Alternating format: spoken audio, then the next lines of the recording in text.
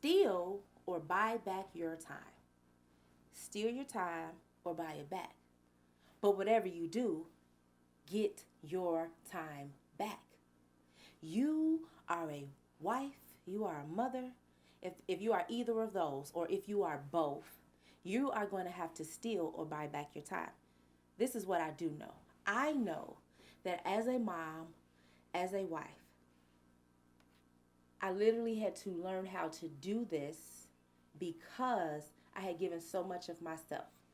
And my breaking point, or the time that it was just the most overwhelming for me, was because it's many times in parenting when life is just going to be overwhelming. But one of the times that was most influential, or just the time where I knew that I was beginning to struggle, but I did not necessarily know how to pivot out of that. And that was when my third child was born. So after having my third child, that's when life got real. That's when things got so serious, and I was so busy doing, feeding, cleaning diapers, washing diapers, breastfeeding. I was so busy teaching a toddler, so I'm doing that for the baby. Then I'm teaching a toddler how to read, how to write, how to say the letters, what's the colors, these are the shapes. And then at the same time, I am picking up and dropping off my oldest child to kindergarten. So that was a very tough season for me. A 5-year old, a 2-year old, and a newborn. That was the toughest season of my life. And it continued on. And it happened, and I think it happened for years. So just imagine the girls are growing up, and now they're 3, 6, and 9, and I'm still overwhelmed, and I don't have time for me. But I wanted to finish school. I wanted to continue to work on my degree. I wanted to take a couple classes here and a couple classes there. But I found myself in a pickle because I've paid thousands of dollars. I've taken out these loans. I'm a stay-at-home mom and wife, and I want to give my children all of these things because we as mothers, as nurturers, we want to give and pour into our children everything that we have in that moment, in that year, in whatever season of their life. We want to give it to them, right? And when we pour into our children, we're literally taking something out of ourselves, right? So we give birth, that's one thing, and then we give of ourselves, we give of our teachings every single day. But it came to a breaking point. It came to a head, and I knew that I was in danger, that I was in trouble, and it was not like a threatening physical danger, but perhaps maybe it was, but it was a mental and an emotional danger. And that is when I knew that I had to, Chantelle Branch, your self-love specialist, had to buy back my time, or I had to steal my time. And so that's exactly what we're going to talk about today. Just buying back your time. How do we do that? I want to give you a couple points on how to do that. First, you're going to have faith.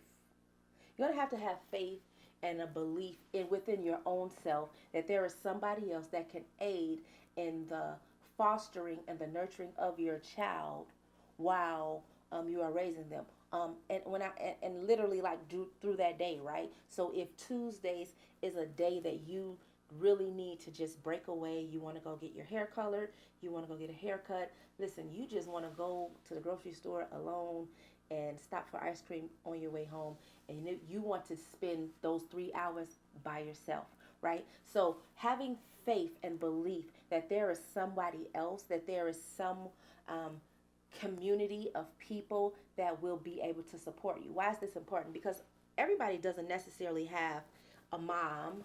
I mean, I didn't have my mom with me. My mom passed away when I was 7 months pregnant with my oldest child. So I didn't have a mom there to necessarily help me. And I had my grandmother, but my grandmother helped me.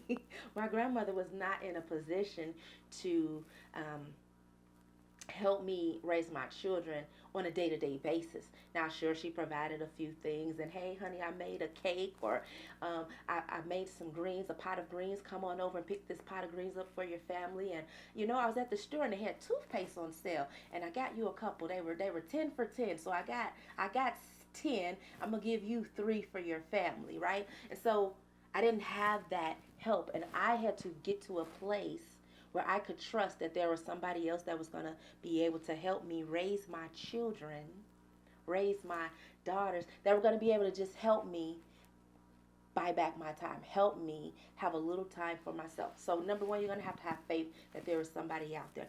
I know God is not going to put us here without some sending our help. So that's number one. The number two is build community, right? You're going to have faith. And then number two, you're going to have to build community. So especially if you are living in a place, say you are living at a place where there is no family, there is no friends to support you. What do you do then? What is your next step? You got to have faith. And then you have to start building community, getting out into your neighborhood, start going for walks, taking the kids on a walk, getting to know your neighbors, getting to know, especially if you have school-age children, getting to know the other parents so that you can begin to foster and build communities, right? Sometimes, especially when you're growing up in different places, I grew up in Chicago, and so a lot of things we did things within our family structure. I've never heard of a play date until I moved to the suburbs and I had my own children. And my daughter kept coming home and said, Mom, I want to go on a play date. She was in kindergarten. Mom, I want to go on a play date. I was like, a play date? Like, what's that? I've never heard of that.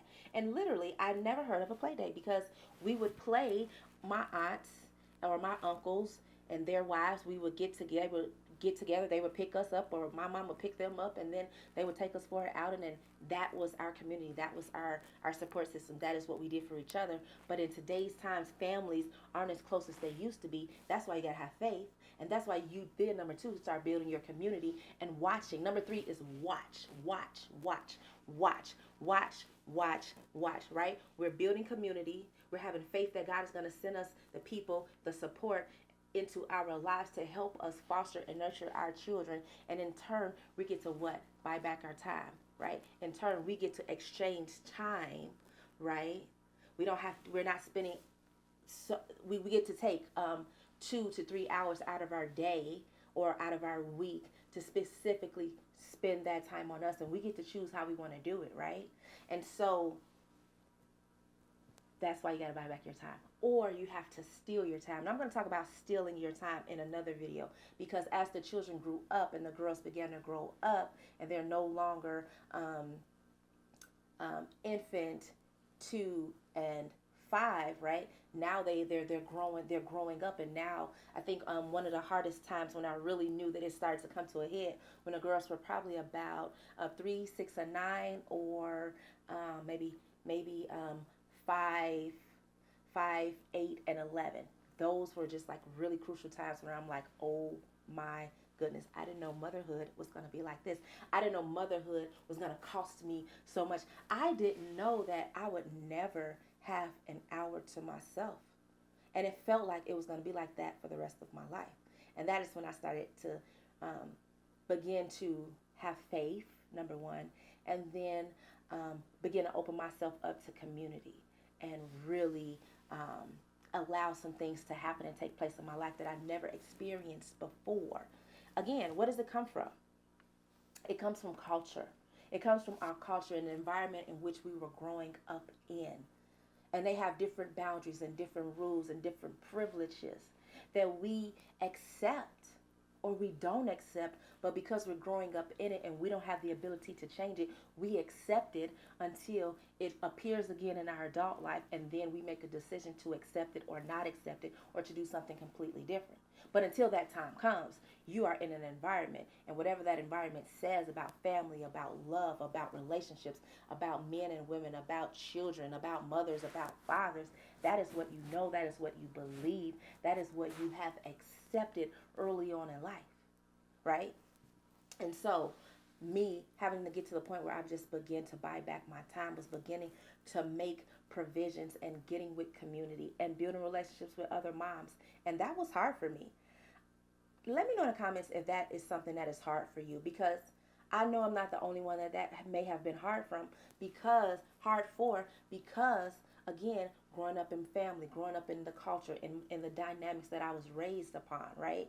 And my grandmother, she didn't go to her neighbors and borrow sugar, and her neighbors didn't come to her and borrow sugar, but they did keep watch in a very indirect way to say, hey, I saw your son walking home from baseball, and I think he dropped his baseball mitt. I picked it up and I set it on your porch, or I put it in your mailbox, or it's in your backyard by your back door, right? So not necessarily intrusion or really getting to know our neighbors, but we're at a place in time in 2024 as the emerging woman, as the emerging wife, the emerging mother, that we are at a place that we have to be intentional about building community, intentional about the culture that we want to provide and grow and raise our children in.